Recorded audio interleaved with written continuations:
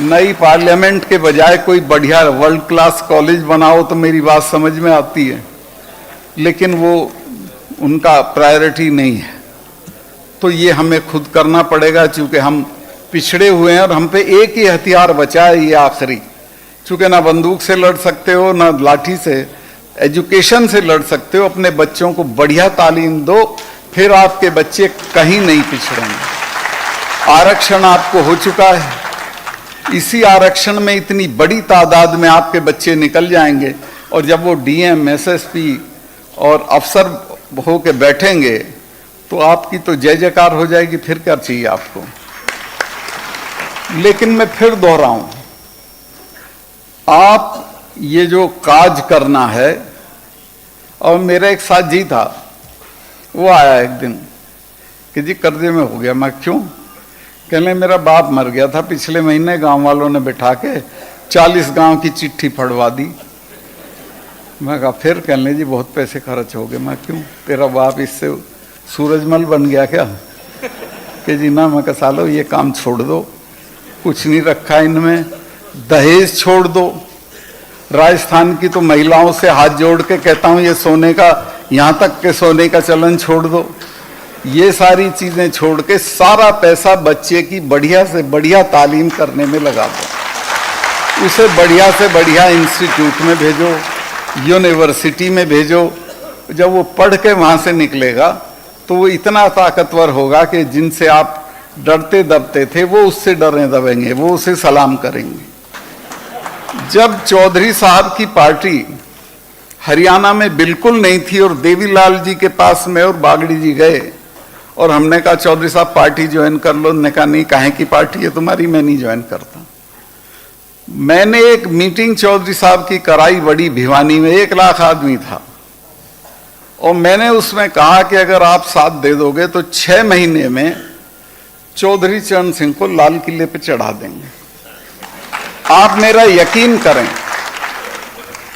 पूरी भीड़ स्टेज पे के पास आ गई जय जयकार करती हुई, और मुझे चौधरी साहब ने कहा कि पूरे हरियाणा में ये मीटिंगें करके ये बात बोल दो, इसी पे खड़े हो जाएंगे। आप हैरत करोगे कि हरियाणा में लोक दल इसी बात पे खड़ा हो गया कि लाल किले पे चरण सिंह को चढ़ाना। तो हमारा तो वो सपना रहा है शुरू से, और हमारे इमेजिनेशन का हिस्सा रहा है, हमारे इतिहास का हिस्सा रहा। इसी तरह सिखों के इतिहास का हिस्सा रहा। प्रधानमंत्री के अलावा अगर किसी को अधिकार है उस पर झंडा फहराने का तो वो हमें है। उसमें मुझे कोई शर्मिंदगी का एहसास नहीं होता अगर हमारा कोई लड़का लाल किले पे झंडा फहराया है। उस जगह तो नहीं फहराया जहां प्राइम मिनिस्टर ने फहराया था, एक तरफ एक खंबा था उस पर टांग दिया था उन्होंने, और तुमने ऐसा बना दिया कि जैसे बड़ा खतरनाक काम हो गया, देशद्रोह का काम हो गया। ये सब मत करो, सीधे सीधे बैठो भाई, तुम्हारी ये मांगे, ये हम मान सकते हैं, ये नहीं मान सकते हैं। ये जो मैंने तो बल्कि ये कहा प्रधानमंत्री जी से कि आप राजा हो, आप बड़े हो, आप ये कहो किसानों को कि भाई तुम गलत हो, मैं सही हूं, फिर भी मैं तुम्हारी बात मान रहा हूं, चूंकि मैं तुम्हारी तकलीफ नहीं देख सकता, तो आप बहुत बड़े हो जाओगे। तो वो अब मैं नहीं बताता उन्होंने क्या कहा और कैसे रिएक्ट किया, लेकिन मैं ये बता सकता हूं कि ये भी मैंने कहा कि ये सिर्फ एमएसपी आप मान लें, ये तीनों कानून तो सुप्रीम कोर्ट ने रोक रखे हैं, सिर्फ एमएसपी मान लो तो ये मसला हल हो जाएगा। लेकिन एमएसपी के बिना तो हमारा गुजारा नहीं है, क्योंकि हमारी हर फसल की डिस्ट्रेस सेल होती है। हम बोने चलते हैं एक दाम होता है, काटने चलते हैं दूसरा दाम होता है, और एमएसपी से नीचे दाम मिलता है हर फसल का हर साल। उसके बिना तो किसान नहीं मानेंगे और उसको ये देना नहीं चाहते। उसका कारण मैं आपको बताना नहीं चाहता, आप जानते होंगे। उसमें किसी का नुकसान होता है एमएसपी लागू हो जाने से। जिन्हें एमएसपी से किसानों की जो डिस्ट्रेस सेल है वो चाहिए, और किसानों को कम दाम पे उनका माल खरीद के फिर बड़े दाम पे बेचने के लिए जो बैठ गए बाजार में।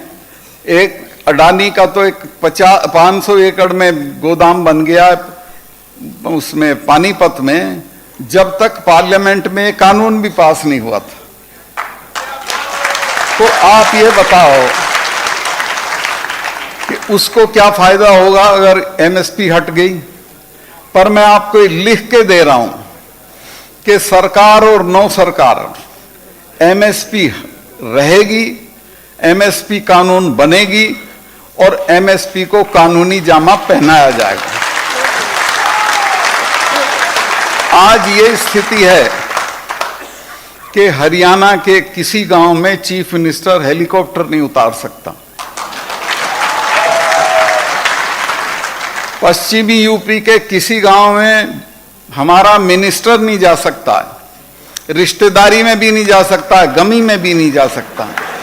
तो मुझे बताओ कि फिर दिल्ली में राज करने का आपका क्या फायदा है? जिद करके बैठ गए हो आप। भाई आप बैठाओ, सामने बात करो, आपकी कोई बेइज्जती नहीं है। आपके किसान हैं, इतने बुरे हाल में रहते हैं, इतने बुरे हाल में खेती करते हैं, उनकी ये छोटी सी बात मान लो, क्या बिगड़ जाएगा आपका? और माननी पड़ेगी, ऐसा नहीं कि आपका काम चल जाए इसे बिना मान। तो एक मैं ये कहना चाह रहा हूं कि एजुकेशन का देश में ये हाल है। मैं मिनिस्टर रहा हूं पार्लियामेंट्री अफेयर्स का। एक आपके यहाँ के मिनिस्टर थे जो अब गवर्नर हो गए, मेरे अच्छे दोस्त हैं, जगदीप जी। वो मेरे नीचे डिप्टी मिनिस्टर थे, मैं वीपी सिंह का स्टेट मिनिस्टर था और वो डिप्टी मिनिस्टर थे। तो वो मेरे पास एक दिन आए कि यार मेरा महकमा बदलवा दो। मैं कहा क्यों? कहने लगे मैं जाता हूँ तो चौधरी लोग कहते हैं जी क्या महकमा है ये? पार्लियामेंट्री अफेयर्स था वो। उन्होंने कहा मेरे लोगों की तो समझ में नहीं आता क्या है। तो मैंने कहा जनवरी में गारंटीड बदलवा दूंगा, वो सरकारी चली गई नवंबर में। तो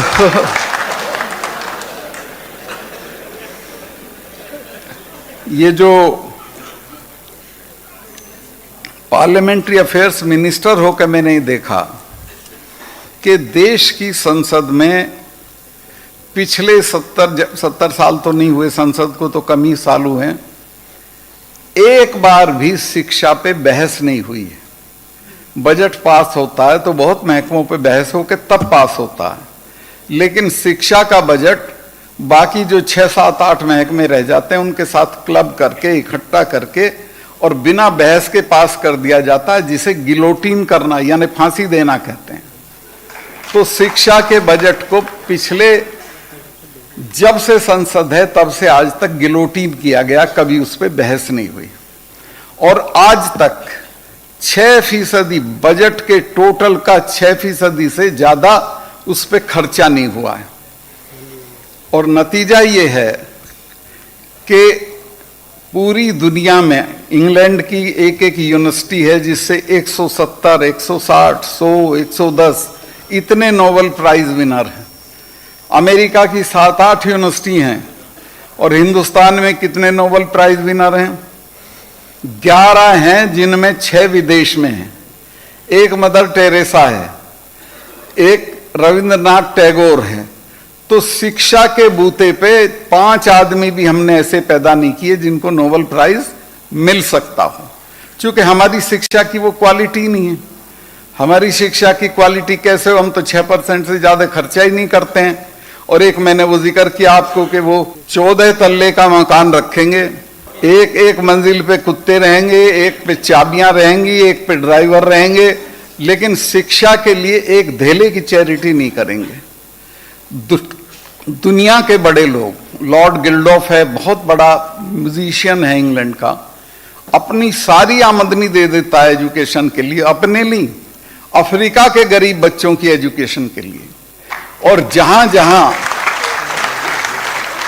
दुनिया के राज्याध्यक्षों की मीटिंग होती है वहां जाके उनसे कहता है 2 पैसा मांगता है। ऐसे ही लेवी है, लीवी करके है, ये दोनों संगीतज्ञ हैं। ये जो आपका माइक्रोसॉफ्ट वाला है, इसने अपनी पूरी दौलत का करीब 90-95% दान में दे रखा है शिक्षा के लिए।